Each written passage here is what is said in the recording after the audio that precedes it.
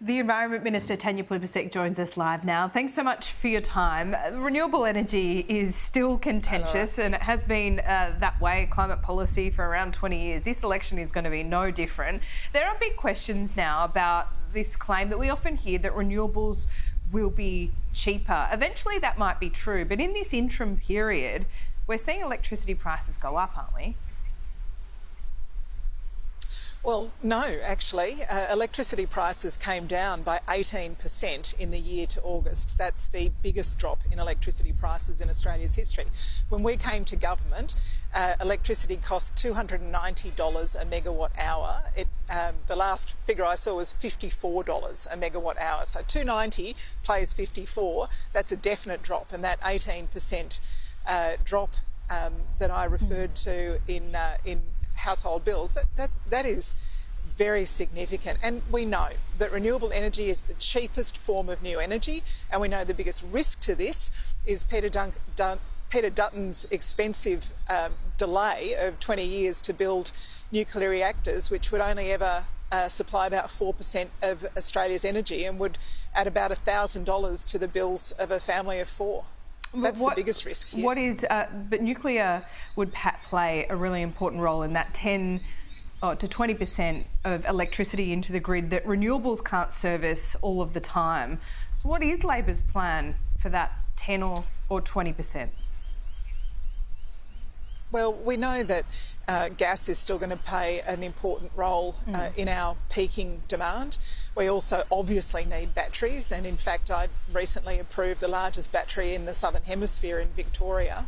And we know that demand management will play a role. We've already got 3.3 million Australian households that have got solar on the roof. It'd be great to see some more battery use at a domestic level. There's so much that we can do right now to bring down power prices, rather than risking it all on the roll of the dice that in 20 years' time the nuclear reactors that Peter Dutton's promising might get built. I mean, it's worth remembering that his nuclear reactors, the state governments where he's proposing to build them, they don't want them. That the private owners of the land that he's talking about building them on don't want to sell.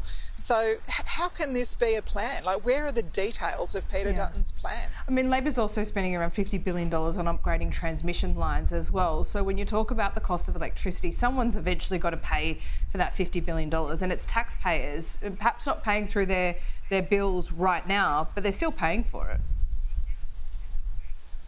You know what, Laura? During the 9 years of the previous government, they were told that 24 coal-fired power stations were going to close down. They were given the closure dates for those coal-fired power stations. If we had started this transition 9 years ago or 10 years ago, when this information started to come through, we'd be in a different position now. What we're dealing with is 9 years, 22 different energy policies, the warnings that coal-fired power stations were going to close, no plans to replace them, and now this expensive nuclear fantasy with no detail around it. We're getting on with the job of delivering more renewable energy.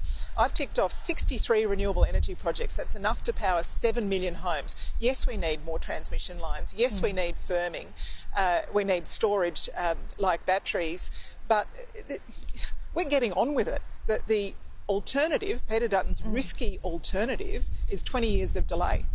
Yeah, but we've also got an environmental problem with wind turbines and solar panels that are past their use-by date as well. So, I mean, we need to have an open debate about renewables and how, yes, on balance, good for the environment, and we're meeting those emission targets by 2050. But still, by 2030, it's a long way off. And there are a few things that still need to be worked out, right? Like that recycling. Yeah, you're absolutely right. And there's a couple of things to say about that. I knocked back a wind farm because it was right next to a World Heritage area up in the wet tropics on the Daintree. You can't just build them anywhere. We have to pick the right locations for renewable energy projects. And you've absolutely identified one of the big things that we need to deal with is the solar panels that are at the end of their useful life. We can repurpose some of them. So, you know, car batteries, for example, for domestic use is something that people are looking at. But those solar panels need to be recycled. They're full of valuable materials, full of valuable metals, and we need a greater domestic recycling capacity for those in Australia. And absolutely, the industry is working with us and looking at options for that. Okay, let me ask you about a few other things. Lydia Thorp swearing allegiance to the Queen at the time and her hairs. Perhaps it's a compliment on her great do. Now there are kind of questions from the coalition about whether her oath of allegiance is actually valid. What do you think? Should this be further pursued? Yeah. Look, I'm not a lawyer. I don't know, you know, what the legal interpretation of this is. She did also sign a document that clearly said heirs with an E, not an A. But it just, I mean, the whole thing really reminds me of, you know, when you say to the kids, why did you break that promise? And they say, I have my fingers crossed behind my back. People will make their own judgments about the maturity and the ethical position here, I think. I don't know, if you get elected on the ticket of one political party and then you walk away from that party, and particularly in this case where Senator Thorpe seems to see our democratic institutions as so profoundly flawed, I don't know why you would stay. I actually don't know why you would stay. Well, neither do I. I'll ask her just after 10 o'clock this morning.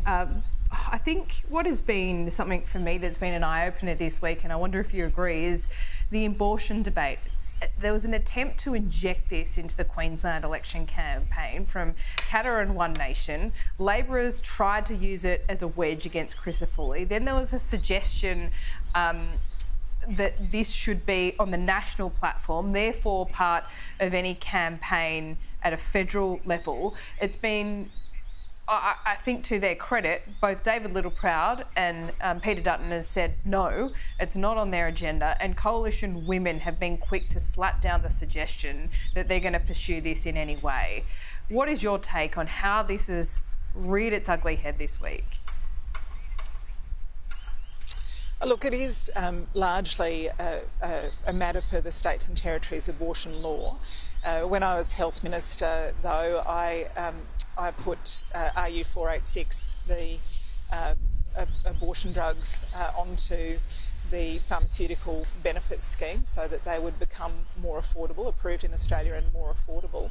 I don't understand why Mr Crisafulli has found it so difficult to say what his position is. I mean, he's been asked again and again and again in debates. I'm happy to say that I'm pro-choice. I think at a state level, particularly where you've got state governments that are in charge of abortion law, it's fair enough for people to ask what the positions of the leaders are and what their intentions are. But this whole idea that we're all of a sudden nothing, he should just simply say that. Well, to be fair, he did at the Sky News People's Forum eventually. Yeah, sure, but well, I know, but he was asked how many times? 132 times or something. He's been asked. It's not a difficult question to answer. If you're pro-choice, you're pro-choice. If you think that abortion is wrong in every circumstance, just say that. He should just say it.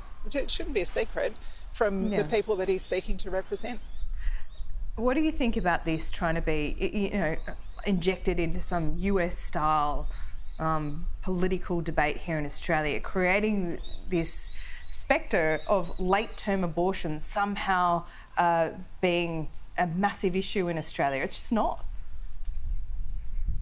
It's absolutely not. I mean, in the very rarest of circumstances, when there are very serious health issues involved, someone might have an abortion later in their term. And I can tell you, in every instance, the medical personnel would be so very careful in these circumstances. But this is it's a traumatic choice for most women. Even earlier term abortions for many women are very difficult choices, very difficult times in their lives, and for it to be kind of kicked around as a political football, in this way, I think is distressing. It's unnecessary, certainly, but it's also distressing for many, many people. Yeah, it certainly is. And if it is distressing for you, you know, there are services that you can contact, and we encourage you to do that. Tanya, great to talk to you. Thanks so much. Thanks, Laura.